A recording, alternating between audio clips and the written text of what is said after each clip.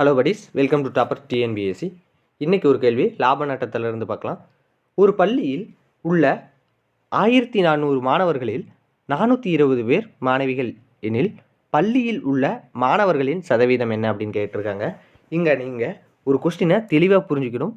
இங்கே மாணவர்கள் அப்படின்னு குறிக்கிறது ஆண் மற்றும் பெண் ஆகிய இருவரையும் தான் நம்ம மாணவர் அப்படின்னு சொல்லி இங்கே குறிக்கிறோம். அப்போ இதை நம்ம எப்படி எழுதணும் அப்படின்னா 1400ங்கிறது 100% அப்படின்னா 420 எத்தனை சதவீதம் அப்படின்னு கண்டுபிடிச்சிட்டாலே நமக்கு இந்த 420 வச்சு இந்த மாணவர்களோட சதவீதத்தை கண்டுபிடிச்சிடலாம். எப்படின்னு பார்த்தோம்னா இந்த 420 கண்டுபிடிச்சி இந்த 420 இருந்து அந்த 100 கழிச்சோம் அப்படின்னா அதோட ஆன்சர் கிடச்சிரும். அப்போ இதை இப்போ என்ன இருக்குது, இதை நேர்மாறல் எதிர்மாறலா அப்படின்னு பார்க்கணும்.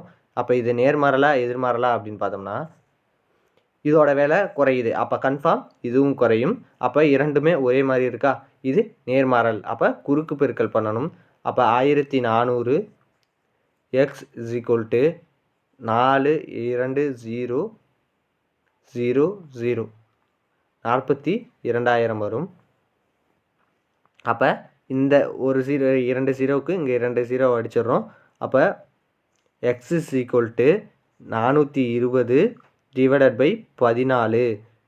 இங்கே ஒரு 14 14 2 14 28 3 14 42 அப்படின்னு வரும். அப்போ x = 30. இந்த 30 தான் ஆன்சரானு பார்த்தோம்னா அது இல்லை. ஏன்னு பார்த்தோம்னா இது மாணவிகளோட சதவீதம்.